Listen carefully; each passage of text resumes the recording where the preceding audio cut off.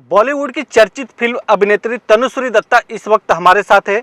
कई वर्षों के बाद एक बार फिर यह मीडिया में चर्चे में आई हैं। मैम, कई वर्षों के बाद मीटू का चर्चा में आई थी आप कई वर्ष पहले।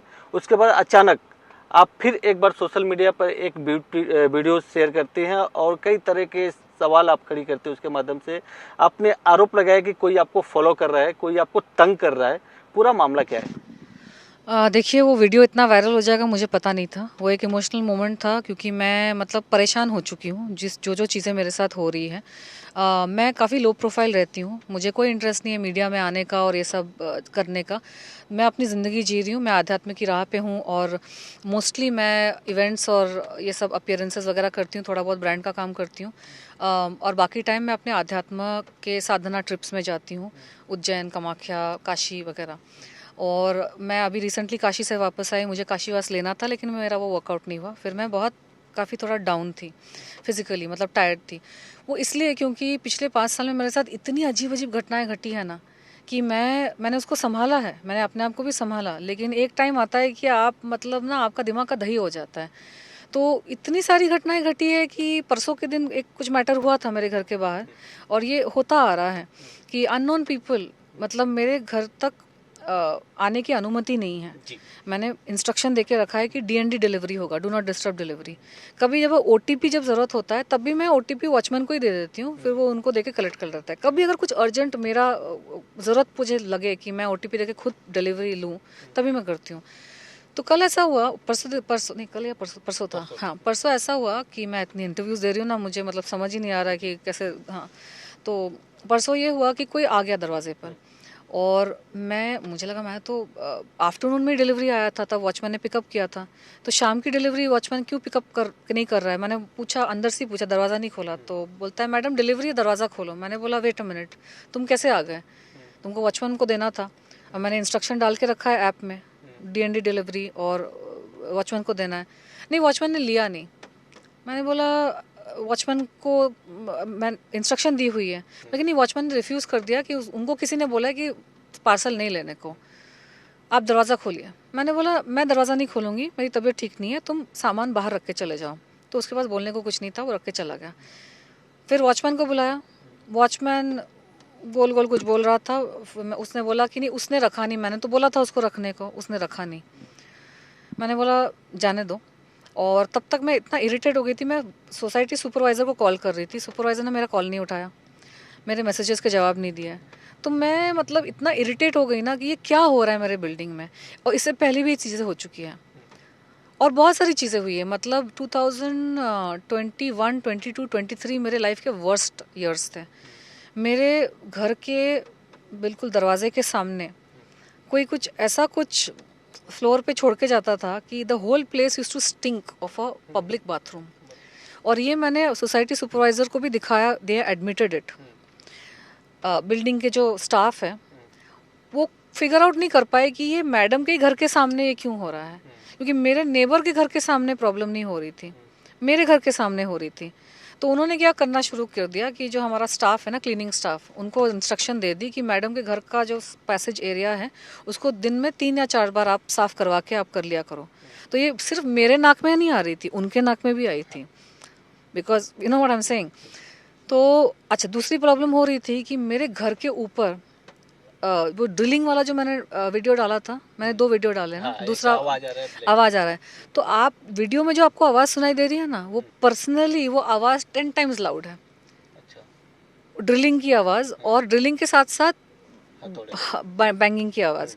अब आप ये बताइए, वो मैंने पोस्ट इसीलिए डाला ताकि पब्लिक भी सुने कि सिर्फ मैं नहीं सुन रही हूँ। ये कोई भूत या प्रेत या कोई दिमागी बीमारी नहीं है कि सिर्फ मुझे ही सुनाई दे रही है। क्योंकि अगर मैं बोलूँ ना ऐसे कि आवाज़ें आ रही है तो लोग बोलेंगे हाँ देखो तुम पागल हो, तुमको ही सुनाई दे रही है। जैसे कि आजकल अफवाहें उड़ाई जा रही है कि आप डिस्टर्ब हो थोड़ा सा। तो मैंने बोला कि चलो मैं पोस्ट ही कर देती हूँ, बोलने से पहले पोस्ट करती हूँ कि दुनिया सुन ले कानों से, हाँ, कि ये सिर्फ मुझे नहीं सुनाई दे रहा। और ये सोसाइटी को भी पता है। जब ये चीज़ें हो रही थी, दिन रात मैं सो रही हूँ, अर्ली मॉर्निंग बेल बजा के और मैं घबरा के उठती थी कि अरे कौन आ गया। मैं बाहर गई और मैंने इतने सारे लॉक्स लगा के रखे हैं क्योंकि घटनाएं भी घटी हैं, चोरी वगैरह कुछ कुछ चीज़ें हुई है और भी बताऊंगी। पूरा खोला, बाहर कोई नहीं है। तो दिन में रात में कहीं पे तो कैसे सिक्योरिटी अलाउ कर रही है मेरे घर तक, जब उनको पता है सेलिब्रिटी रह रही है। मैंने तो पूरा डीएनडी करके रखा है कि ज़रूरत मैं किसी को ना बुलाऊं तो मेरे फ्लैट तक कोई आए ही ना। नीचे से जब आ रहा है तो आपको पता होना चाहिए।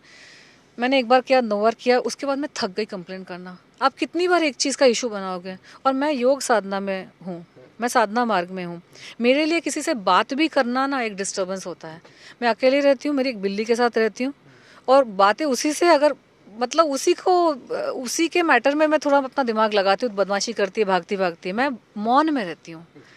तो ये सब घटनाएं जब घटी और मैं जब देख रही हूँ कि अच्छा आवाज़ की बात, 2022, 2023, 2021 में 2 साल कंटिन्यूस ये ड्रिलिंग और ये धाम धुड़ूम चल रहा था। मैंने सोसाइटी से कंप्लेन किया, वो सोसाइटी के जो सिक्योरिटी सुपरवाइज़र आए भी, उन्होंने भी सुना, मैंने ऑडियो रिकॉर्ड भी किया। मैंने मतलब it is not like there is only one person listening to it.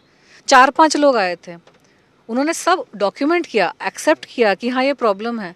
लेकिन 2 साल तक वो चल रहा था। और सबसे अजीब बात ये कि बिल्डिंग में सब बोल रहे नहीं हमारे यहाँ तो कंस्ट्रक्शन नहीं हो रहा है।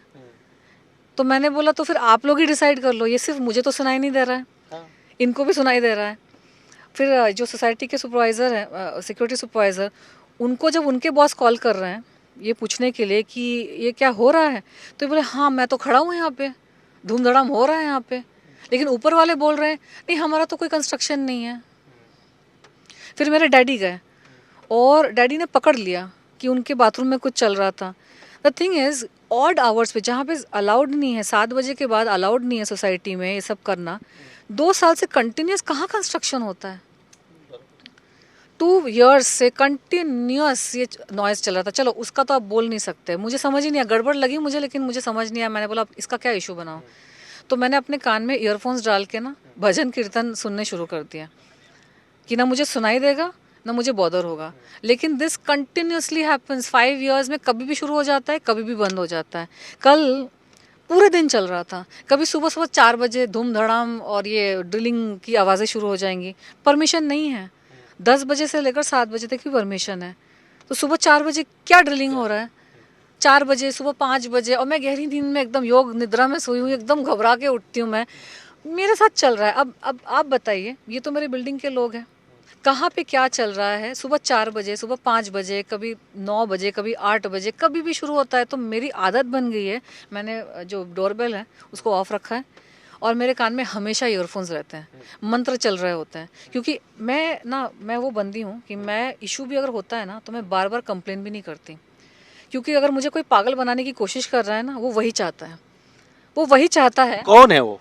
यही जानना चाहते हैं कि कौन है जो पागल बनाने की कोशिश कर रहा है और इतने दिनों से इस तरह का हैरेसमेंट हो रहा है। लोग फॉलो कर रहे हैं एयरपोर्ट पे, यहाँ पे, वहाँ पे। मेरे ईमेल्स हैक हो गए, मुझे 3 साल लगे समझने में कि ईमेल हैक हुए हैं।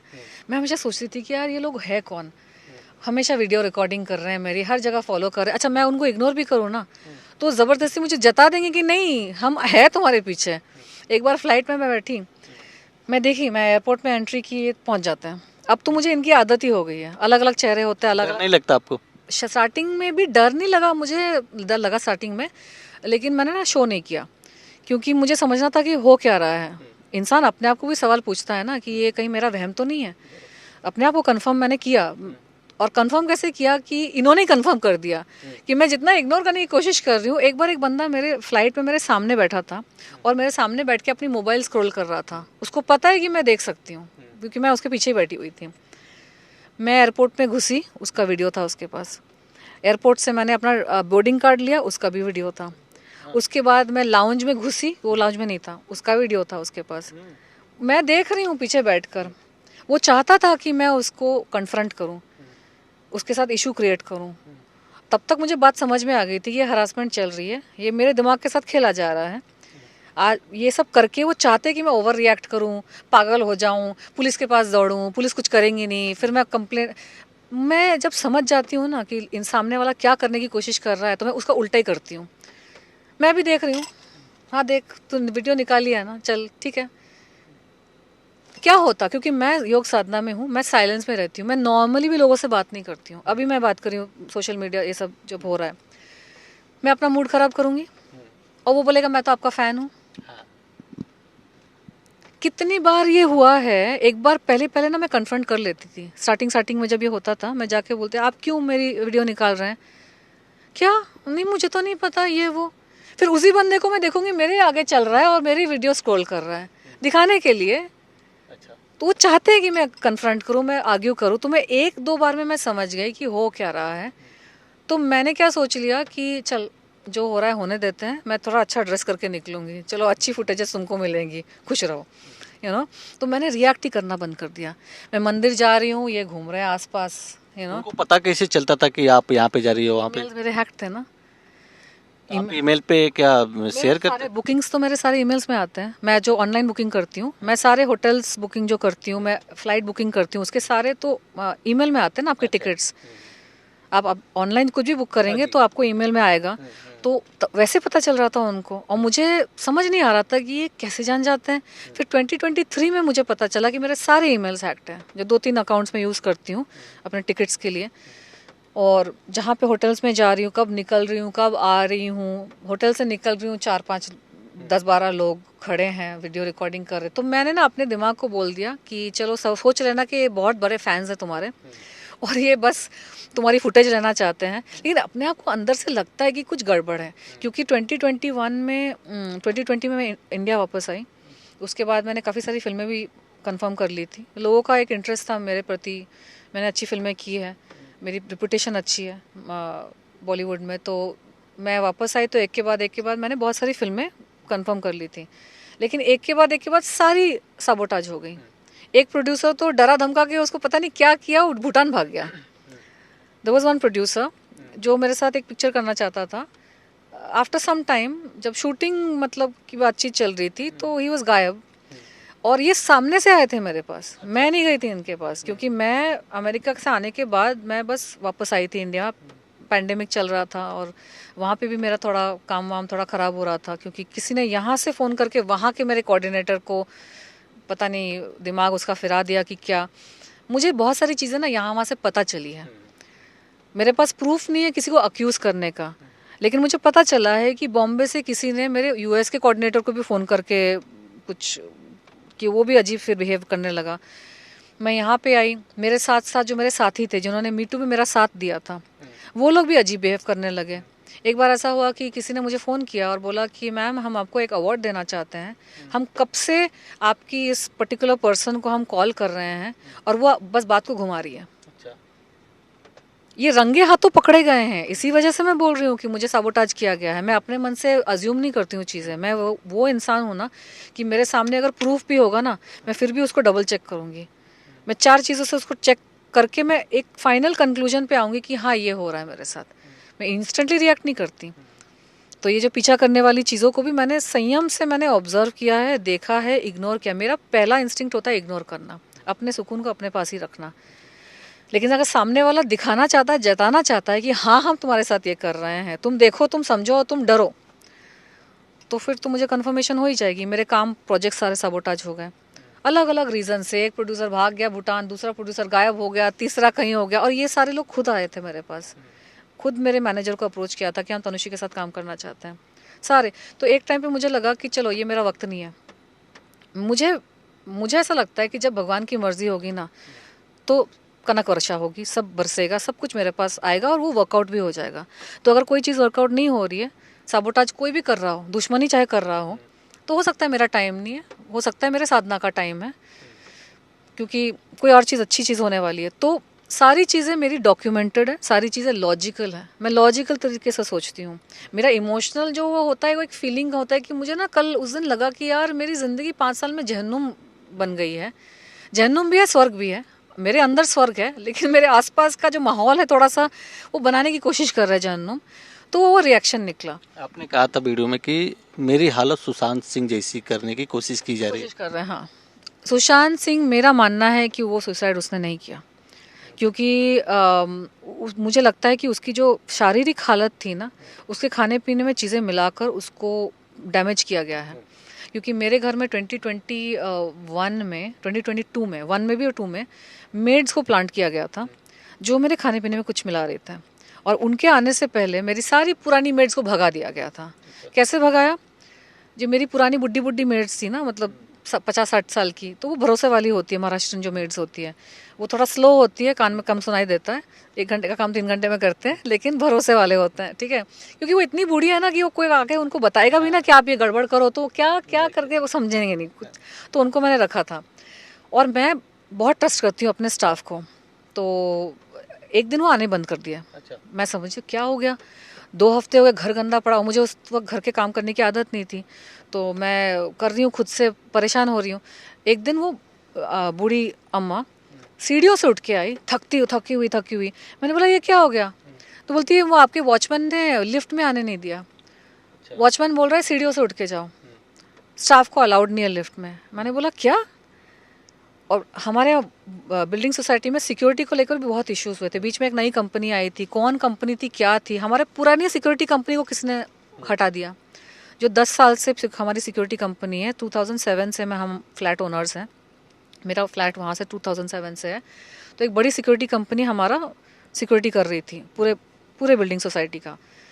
एक दिन अचानक से उनको फायर कर दिया, मतलब उनको हटा दिया। और एक नई सिक्योरिटी कंपनी जिसका नाम आप गूगल भी करोगे ना तो कुछ भी नहीं आएगा उनके बारे में, उनको लेके आ गए। तो खैर चेंज हो गया, मैंने पूछा नहीं, मैंने देखा चेंज सब हो गया, लेकिन ये सारी हरकतें करने लगे। तो मेड ऊपर आई थकते थकते, 1 हफ्ता तो गायब रही। फिर 10 दिन या 12 दिन बाद आई, तो मैंने बोला कहाँ थी तुम और क्या हालत है तुम्हारा, ऐसे हफ्ते हफ्ते आ रही हो।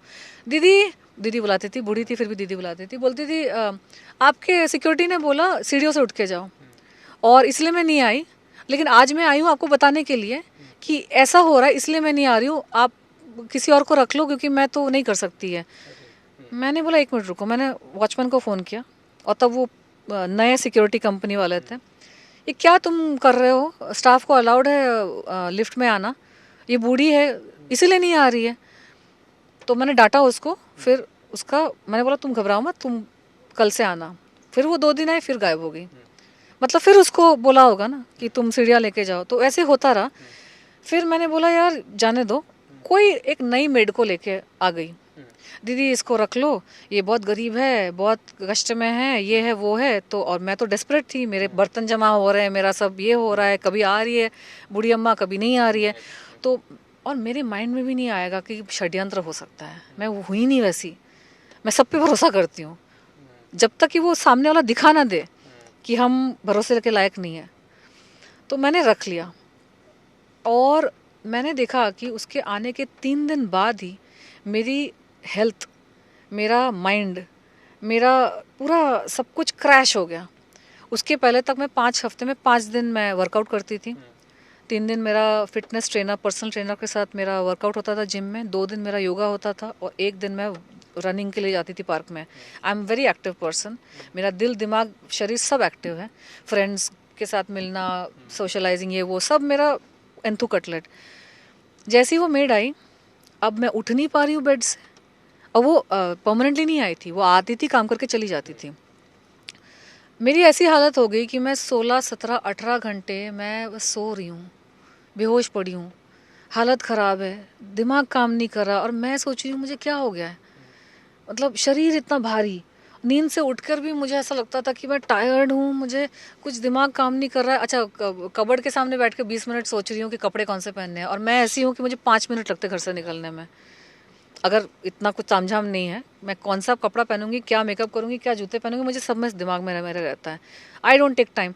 सोच रही हूँ मैं कहीं पे गई, मेरी बिल्ली की तबीयत बहुत ख़राब हो गई थी, मैं कहीं कुछ लेने के लिए जा रही थी, बीच रास्ते भूल गई कहाँ जा रही हूँ, क्या हो रहा है। फिर मुझे माइंड में आने लगा, पहले मैंने सोचा कि शायद मुझे कुछ गंभीर बीमारी हो गई है, लेकिन मैंने बोला गंभीर बीमारी अचानक से नहीं होती। आपको कैंसर, ब्रेन ट्यूमर अगर होता है तो धीरे धीरे डेवलप होता है। तो फिर मेरे मन में शक आने लगा, बिकॉज आई एम इंट्यूटिव, मुझे एक इंट्यूशन भी स्ट्रांग है, कि ये मेड आई, और मेड आने के 3 दिन बाद मेरी हालत इतनी ख़राब हो गई। तो हफ्ते भर तो मैं परेशान थी, ये सब चल रहा था, मेरा दिमाग ही काम नहीं करता। हफ्ते भर बाद मैंने सोचा नहीं, कुछ गड़बड़ है, पता करती हूँ। तो मैंने उसको छुट्टियाँ देनी शुरू कर दी, मेड को, कि तू 3 दिन मत आ। और मैंने पानी के बॉटल्स खरीदने शुरू कर दिया कि उसके हाथ का भरा हुआ बॉटल मैं पीऊँगी ही नहीं। मैंने पानी के बॉटल्स खरीदे, अपने कबर्ड में छुपा के रखे, उसको भी पता नहीं होने दूंगी कि मुझे शक हो गया उस पर। अब मैं बॉटल का पानी पीती थी, और खाना पीना मैं तुरंत बना के तुरंत खा लेती थी, फ्रिज में कुछ नहीं रखती थी क्योंकि वो किचन में काम कर रही है, तो she had access to the fridge, तो कुछ मिला रही होगी। अब जब मैं उसको बुलाती नहीं थी घर पे, छुट्टियां दे देती थी 2-2 3 दिन की, और बीच में फिर 1 दिन बुलाती थी, तब मैं सब सही हूँ, then I am absolutely fine. तब मेरा दिमाग भी काम कर रहा है, तब मेरी नींद भी नॉर्मल है, क्योंकि मेरी नींद नॉर्मल है 5-6-7 घंटा मैक्सिमम, अब बहुत थकी हूँ तो 8 घंटा। तो मुझे समझ में आ गया कि मेरे खाने पीने में कुछ मिल रहा है, क्योंकि अगर मेरे में प्रॉब्लम है तो मैं चाहे बॉटल का पानी पीऊँ चाहे उसके हाथ के भरा हुआ पानी पीऊँ, सेम होना चाहिए, ये लॉजिक है। अगर मैं किसी को अक्यूज़ करूं या अपने मन में भी मैं डिसाइड करूं कि हाँ ये पर्सन मुझे हार्म कर रहा है, तो मुझे एटलीस्ट खुद को कन्फर्मेशन करना पड़ेगा ना। आप कैसे कन्फर्मेशन करोगे? आप वेरिएबल्स को चेंज करके कन्फर्मेशन करोगे। इस वेरिएबल जैसे फिजिक्स में, केमिस्ट्री में कैसे एक्सपेरिमेंट होता है, आपको अगर कंफर्म करना है कि 2+2 ये 4 ही होता है, तो आप वेरिएबल्स को चेंज करते रहेंगे, फिर आप कंक्लूजन पे जाएंगे कि हाँ ये ही गड़बड़ है। तो मैंने पहला तो ये किया कि बॉटल का पानी पी के और तुरंत ये खाना पीने का कंट्रोल करके मैंने पता किया कि नहीं दूसरा मैंने किया, मैंने उसका फ़ोन चेक कर लिया। मैंने उसको बोला दे फ़ोन दे मुझे, अपने बेटे की फ़ोटो दिखा, क्योंकि स्टोरी जो दी गई थी कि बहुत गरीब है, उसका एक बेटा है, उसके लिए ट्रीटमेंट के लिए उसको प्लीज़ रख लो। और जो लेके आई थी वो मेरी मेड थी, पुरानी एक यंग मेड थी। मैंने बोला तू क्यों नहीं आ रही है, मैं तो तेरे को जानती हूँ, मैं इसको जानती भी नहीं हूँ।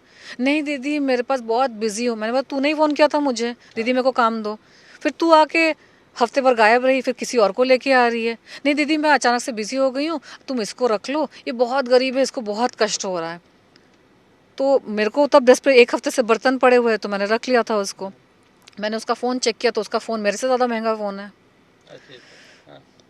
उसके फ़ोन में सारे ऐप्स हैं, ठीक है, मेरे से महंगा फ़ोन है, उसके पास एंड्रॉयड फ़ोन। तो पहले मैंने नोटिस नहीं किया, तो बाहर रख के आती थी दरवाजे के सामने। मैंने क्या कि एकदम उसको बोला बेटे का फ़ोटो दिखा, बेटे के फ़ोटो दिखाते दिखाते मैंने बोला अब जा तू काम कर, तो फंस गई। अब फ़ोन तो ऑन था, अब मैंने फ़ोन में उसके फ़ोटोज़ देखे, उसके सारे कॉल रिकॉर्ड्स चेक किए। मेरे घर में आने से पहले वो किसी राजू पतीला को फ़ोन करती थी एवरी डे। 1.5 महीना जो मेरे साथ उसने काम किया, मेरे घर में घुसने से 5 मिनट पहले वो किसी राजू पतीला, फलाना हटेला, अजीब नाम थे ट्रू कॉलर में, उनको कॉल जाते थे। मेरे घर से निकलने के बाद वो इसी हटेले पतीले को कॉल जाता था, सेम नंबर्स को। और दूसरा चीज़ था कि उसकी फ़ोटोज़ मैंने चेक किए, उसने बोला था वो गरीब है, खोली का उसका फ़ोटोज़ चेक किए, तो मतलब कमाती पूरा जैसे जो फ़ोटोज़ होते हैं ना, जैसे लड़कियां, ये तो ठीक ठाक ड्रेस होके आती थी, गरीबों जैसी ड्रेस होके आती थी, मतलब कि सहानुभूति, कॉस्ट्यूम उसका ठीक था। लेकिन जो बाकी उसके आसपास की जो लड़कियां थी, वो मुझे मैंने लगा कि ये क्या मामला है। फिर मैंने उसको बुलाया, मैंने बोला इधर आ, तू तो बोल रही तू अकेली है यहाँ पे, तेरे को खोली का 5,000 लगता है, इसलिए बहुत गरीब है, तेरे को बेटे को देना। और मैं उसको ना ग्रोसरी दे देती थी, बेचारी छोटी है, बॉर्नवीटा ले जा, मैं देख रही हूँ तेरा फ़ोन मेरे से ज़्यादा महंगा है, ये सब कौन है? नहीं नहीं मेरे साथ रहती है। मैंने बोला तू तो अकेली है, और ये राजू पतीला कौन है, ये सब कौन है, किसको फ़ोन करती है? बोलते ये मेरे भाई है, मेरे भाई के दोस्त है, ये वो। घबरा गई, जो झूठ बोले थे ना सब गड़बड़ा गया, क्योंकि मैंने फट फट फट मैंने सवाल पूछे उसको। अब मेरा दिमाग चलने लगा था ना, क्योंकि मैं उसके हाथ का पानी नहीं पी रही थी। जब तक मैं एकदम पड़ी हुई थी ऐसे वैसे, तो उसको पता था कि ये तो गई। अब उसको नहीं पता था कि मैं उसके हाथ का ना पानी पी रही हूँ, ना किचन का मैं खाना खा रही हूँ। मेरा दिमाग फुल शार्प हो गया है, तो पूरा शर्लॉक गिरी, मैंने जासूसी करी उस पर, और उसको मौका नहीं दिया 1 सेकंड का कि वो सोच के भी बताए। एक के बाद एक मैंने सवाल किया उसको, तो सच निकल गया उसके मुंह से। मैंने गड़बड़ पकड़ ली। एक तो मैंने खुद की हालत देखी बिफोर आफ्टर, दूसरा मैंने उसके झूठ पकड़े, तीसरा मैंने क्या किया कि मैंने ब्लड टेस्ट कराया मेरे ब्लड टेस्ट में सारा सब कुछ नॉर्मल था, एक्सेप्ट B12 और विटामिन डी बिल्कुल क्रैश हो गया था। और मैंने रिसर्च करके पता किया कि कौन से ड्रग से या कौन सी दवाई से ये सिम्टम्स आते हैं। आजकल AI की वजह से आप पूरा कर सकते हो। It is not a confirm diagnosis because I am not a doctor and AI, but वो ऑलमोस्ट 90% मैच आपको बता देता है। तो आया कि कॉर्टिकोस्टेरॉइड्स अगर किसी के बॉडी में जा रहे हैं तो ये सिम्टम्स होते हैं। और कॉर्टिकोस्टेरॉइड्स ऐसी चीज़ है कि क्रिटिकली इल पेशेंट्स को मिलते हैं। कॉर्टिकोस्टेरॉइड्स जो एकदम ICU में है या गंभीर किसी को बीमारी हो गई है उनको ही देते हैं। हेल्दी इंसान को कॉर्टिकोस्टेरॉइड्स नहीं दिए थे। हेल्दी इंसान को आप देंगे ना तो उसकी हालत वैसे सुशांत सिंह राजपूत जैसी हो जाएगी, जैसे उसकी हालत थी ना, जैसे वीडियोस हमने देखे, तो मेरी वैसी हालत थी।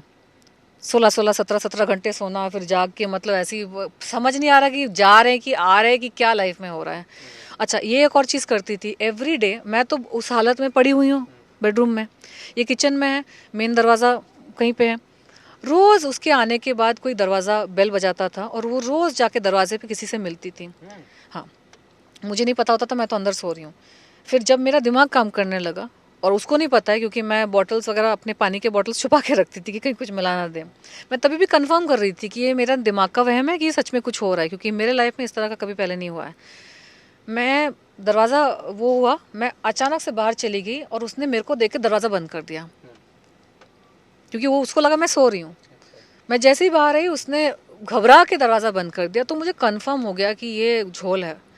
और तब मुझे डर लग गया कि ये मैं अगर अंदर सो रही हूँ, ये दरवाज़ा खोल के किसको अंदर लेके आएगी, राजू पतीला या कौन ये लोग हैं उसको कॉल कर रहे हैं, आते जाते कॉल कर रहे हैं। दूसरी वाली बाई भी मुझे तो शक होने लगा कि इसको लेके क्यों आई।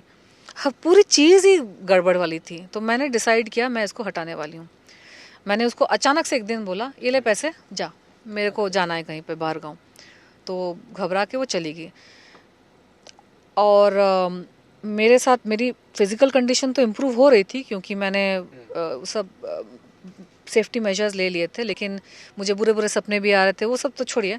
फिर मैं वहाँ से उज्जैन चली गई, मैंने टिकट विकट बुक कराई थी। उज्जैन जाके मैं होटल में मैंने बुकिंग करी। तब तक मुझे पता नहीं था कि मेरे ईमेल अकाउंट्स हैक हो चुके हैं, तब तक मुझे नहीं पता था कि मुझे फॉलो किया जा रहा है, मुझे कुछ आइडिया नहीं था। मुझे अब शक होने लगा था कि कुछ है, मेरे पीछे कुछ प्रॉब्लम कर रहे हैं। मैं उज्जैन गई, पहले ही दिन मेरा ऑटो वेटिंग में था मंदिर ले जाने के लिए, और जब तक ऑटो वेटिंग में था ऑटो वाला भी यहाँ वहाँ चला गया, किसी ने आके ऑटो के ब्रेक्स काट दिए थे और मेरा एक्सीडेंट हो गया। ये 2022 की बात है, 3 मई 2022 मेरा एक्सीडेंट हो गया उज्जैन में। और ऑटो वाला भी शॉक्ड, मैडम वो तो घबरा गया, क्या उस पर पुलिस कार्रवाई होगी कि क्या होगा। बोला मैडम मैं पूरा सब चेक करके आया था। अच्छा, उस वक्त तो टाइम ही नहीं था किसी सोचने का। उस वक्त मुझे अस्पताल लेके गए, हड्डियाँ नहीं टूटी थी, क्योंकि बाद में डॉक्टर ने मुझे टेस्ट वेस्ट करके पूछा उन्होंने कि तुम्हारे घर में हिस्ट्री में ऑस्टियोपोरोसिस की हिस्ट्री है क्या। मैंने बोला नहीं।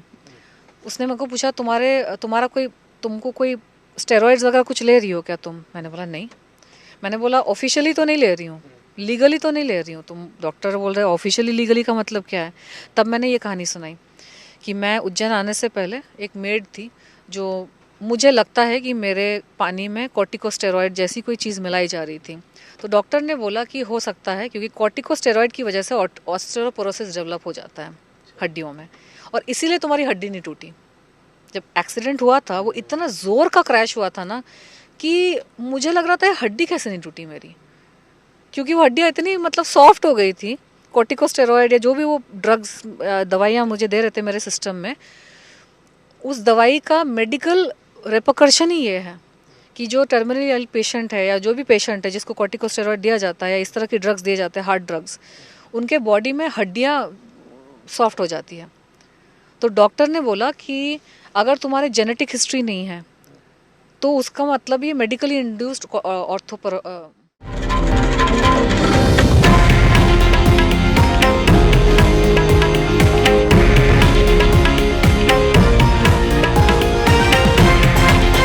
हे आहे देशातील नंबर 1 न्यूज नेटवर्क आणि आपण पाहत आहात TV9 मराठी, एकमेव.